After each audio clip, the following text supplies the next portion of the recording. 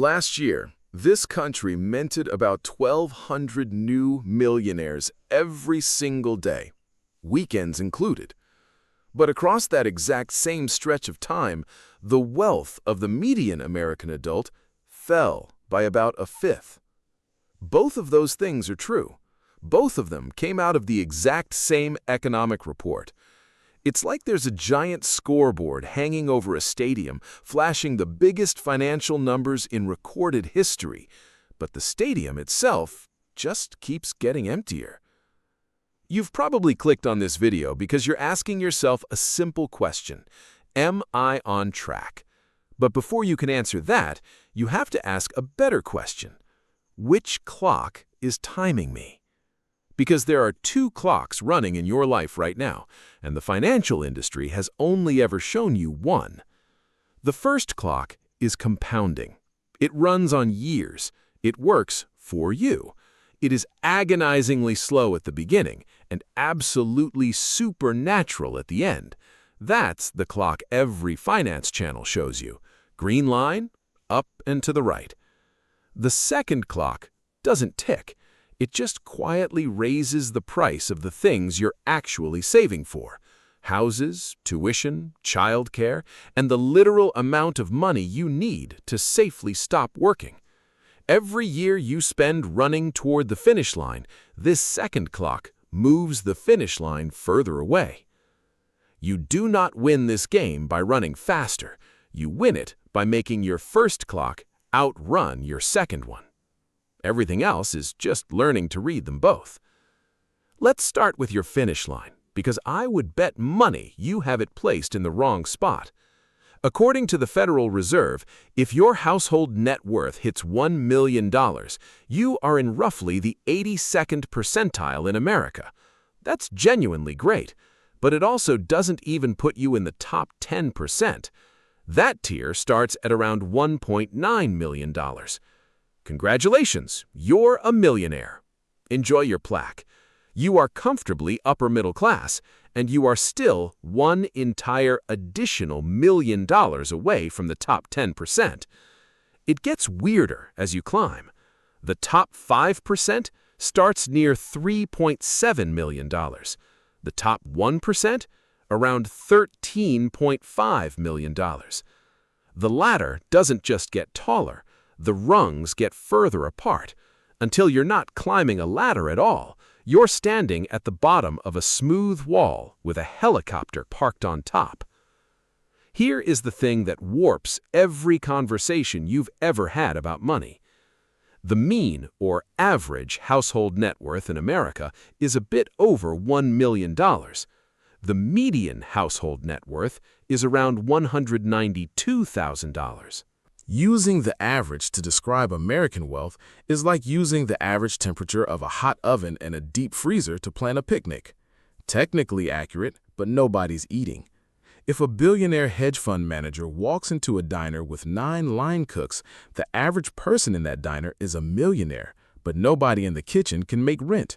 So when a headline tells you the average American has $1 million, they've told you absolutely nothing about actual Americans. Median describes a person. Mean describes a math trick. Let's look at 3 real-world examples. Meet Otis. He's 41. He's an electrician, making about $62,000 a year. His van smells like copper wire and cheap coffee.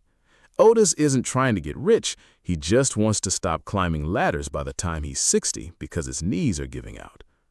Next is Wanda. She's 26. A dental hygienist, making around $87,500 a year. She isn't even thinking about retirement yet. What she wants is to never repeat last month where she had to skip a friend's wedding because the $400 flight was her entire financial margin for the month. Finally, we have Alton. Alton is also 41. He's a software developer, making $132,000 a year, more than double what Otis makes. His garage holds a Peloton he never uses, a kayak that's seen water twice, and an SUV with a $770 monthly payment. What Alton wants is simple.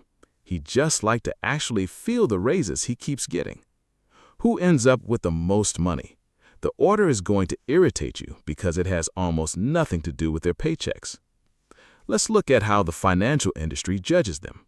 Fidelity says you should have 1x your salary saved by 30, 3x by 40, and 6x by 50.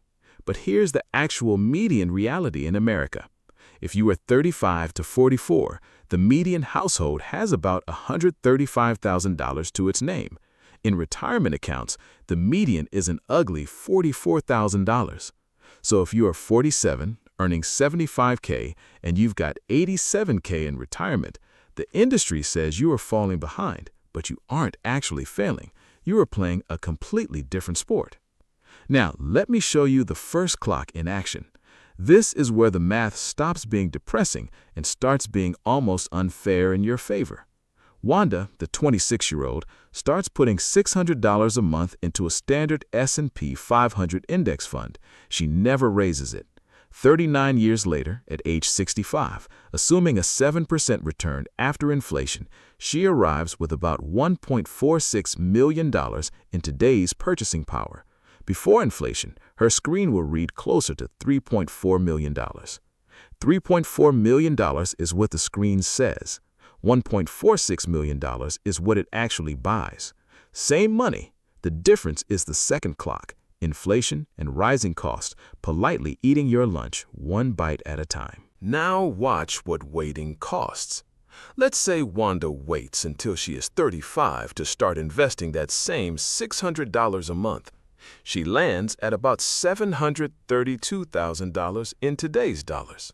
Those 9 years of waiting cost her roughly $730,000.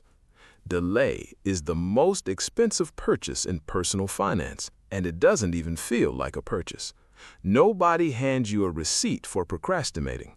To hit $2 million by 65, starting at 22 costs about $610 a month. Starting at 40 costs $2,470 a month. Starting at 50, over $6,300 a month. Same destination, but the price multiplies by 10. This brings us back to Otis and Alton. Otis is 41, has barely anything saved, but he starts aggressively moving $900 a month into investments. It's hard on $62K a year. It requires a lot of no's, but by 65, he hits nearly $1.2 million. The latter problem is solved. Alton, making double the income, only puts in $300 a month. He lands at around $437,000. Don't make Alton the villain here. Watch what actually happened to him. His income went up $30,000 over 6 years, but that raise hit exactly when his second kid was born. Child care is $13,000 a year. They needed a slightly bigger house, so the mortgage went up $1,100 a month. His old car died, hence the truck payment. Every single one of those was a reasonable, defensible adult decision. But by the time the dust settled, the raise was spent before it ever hit his checking account. That's not a character flaw. That is arithmetic wearing a disguise. I also owe you a reality check on what being a multimillionaire actually means today. Based on safe withdrawal rates, around 3.9% over a 30-year retirement, a $2 million portfolio throws off about $78,000 a year before taxes. And if that money is in a traditional 401k, the IRS is a silent partner. You might only own 75 cents of every dollar on that screen. $2 million is not yacht money. $2 million is a solid middle-class income with no boss attached to it. That is a wonderful thing to own, but it's not the rap video lifestyle the word millionaire puts in your head. If you're sitting there in your 40s feeling like you missed a train nobody told you about, hear me clearly. You didn't fail the test. The test got redesigned in the middle of your career, and nobody sent you the memo. In the early 1980s, 6 in 10 private sector workers had a pension. Today, it's about 4%. The entire risk of old age was shifted off corporate balance sheets and dumped onto your kitchen table on a random Tuesday. Housing is up 550% since 1980, while median incomes are up around 370%. Compounding requires a surplus. You cannot compound a shortfall. But here is the optimistic case, and it's incredibly strong. You have better tools today than the wealthiest people in history had 50 years ago. You can buy the entire world stock market from your phone for free in a fraction of a share in 11 seconds. Most millionaires today aren't trust fund kids. They are first generation. They are engineers, accountants, and teachers. They are people like Ronald Reed, a Vermont gas station attendant and janitor, who bought boring blue-chip stocks, never sold them, and died with $8 million hidden in a safe deposit box. He just gave his first clock more time than almost anyone alive. Are you on track? The honest answer isn't a specific number.